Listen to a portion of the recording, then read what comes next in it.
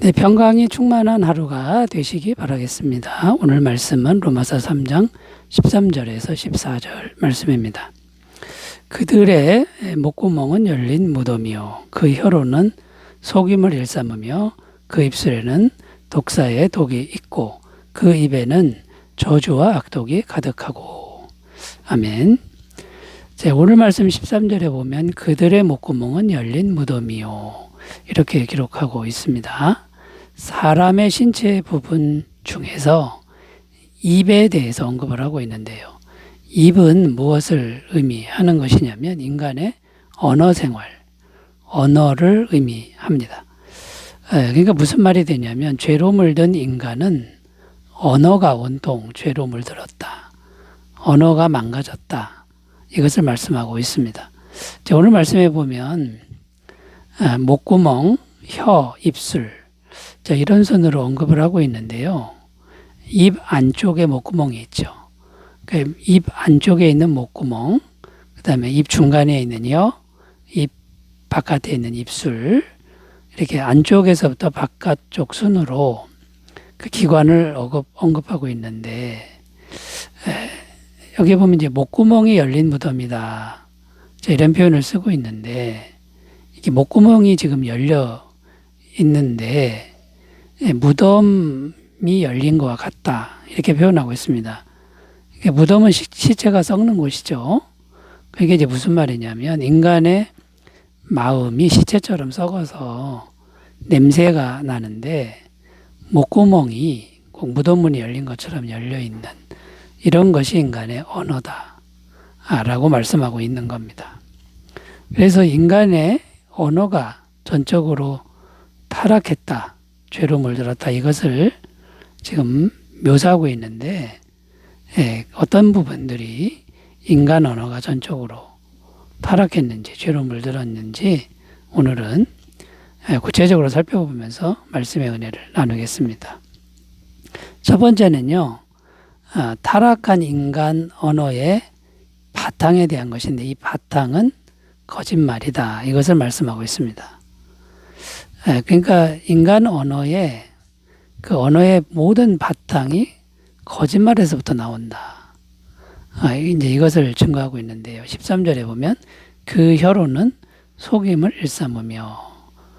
자, 이렇게 기록하는데 혀에 대한 것인데 목구멍은 앞에서도 설명드렸듯이 인간의 마음과 연결된 더 깊은 속을 의미했습니다. 자, 그런데 혀는 조금 더 바깥쪽이죠. 근데 혀는 언어 생활의 근본 바탕을 의미한다라는 겁니다. 다시 설명하면 말을 하는데 근본적으로 어떤 바탕에서 말을 하느냐. 이것이 입에 대한 부분이라는 거죠. 그런데 그 근본이 속임이다. 거짓말이다라는 겁니다. 여기에는 여러 가지 의미가 있는데요. 인간의 모든 말의 바탕이 거짓이다, 거짓말이다.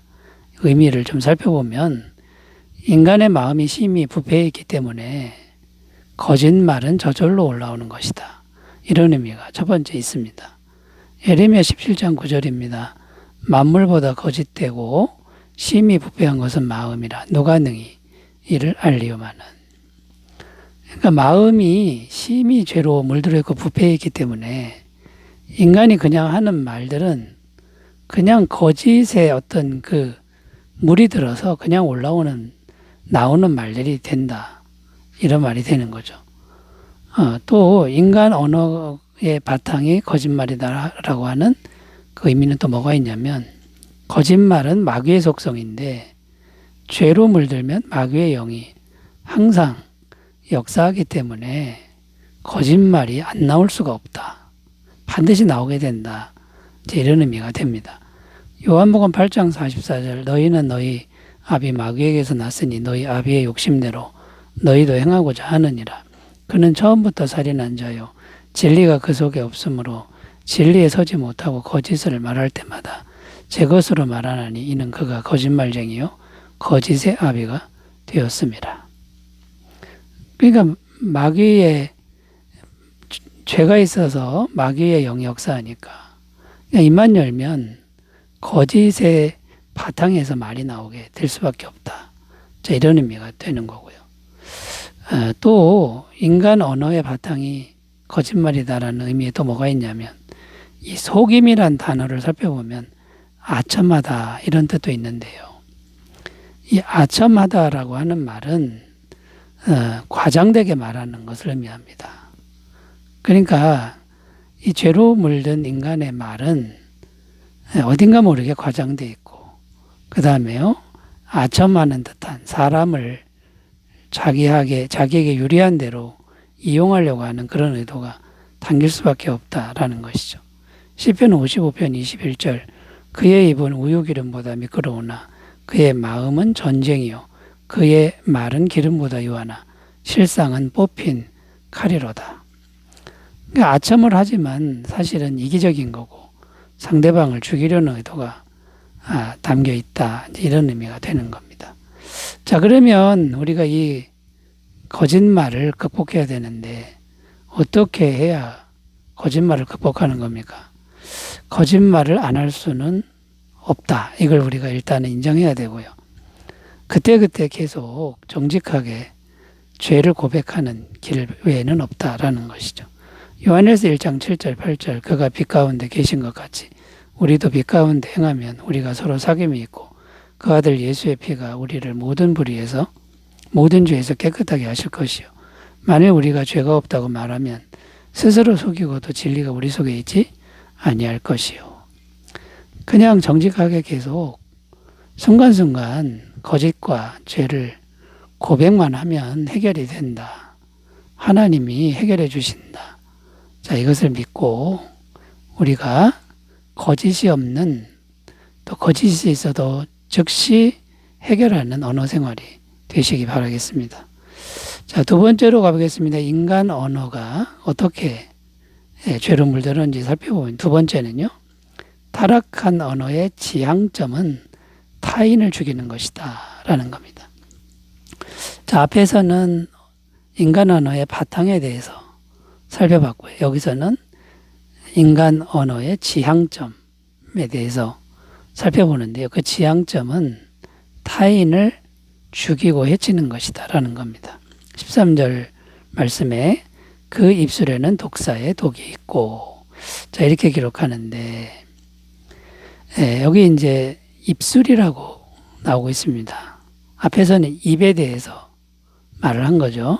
자, 그럼 입술은 뭡니까? 입술은 실제로 다른 사람에게 말하는 그런 언어가 되는 거죠. 입은 그냥 늘 하는 말, 평상시 하는 말을 의미하고 입술은 다른 사람을 향해서 하는 표현하는 언어가 된다라는 겁니다.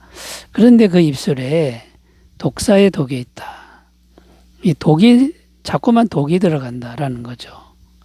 이 독이라는 것은 어떤 겁니까? 타인의 감정과 인격을 죽인다. 이런 의미가 담겨 있는데요. 죄로 물든 말은 항상 다른 사람의 감정과 인격을 죽이는 말이 나오게 되어 있다. 이런 말씀이 됩니다. 자, 이렇게 되는 이유를 살펴보면요. 죄로 물든 마음에서 이 말이 나오기 때문에 좋지 않은 말이 나올 수밖에 없다라는 것이죠. 마태복음 12장 34절 35절 독사의 자식들아 너희는 악하니 어떻게 선한 말을 할 수 있느냐 이는 마음에 가득한 것을 입으로 말함이라.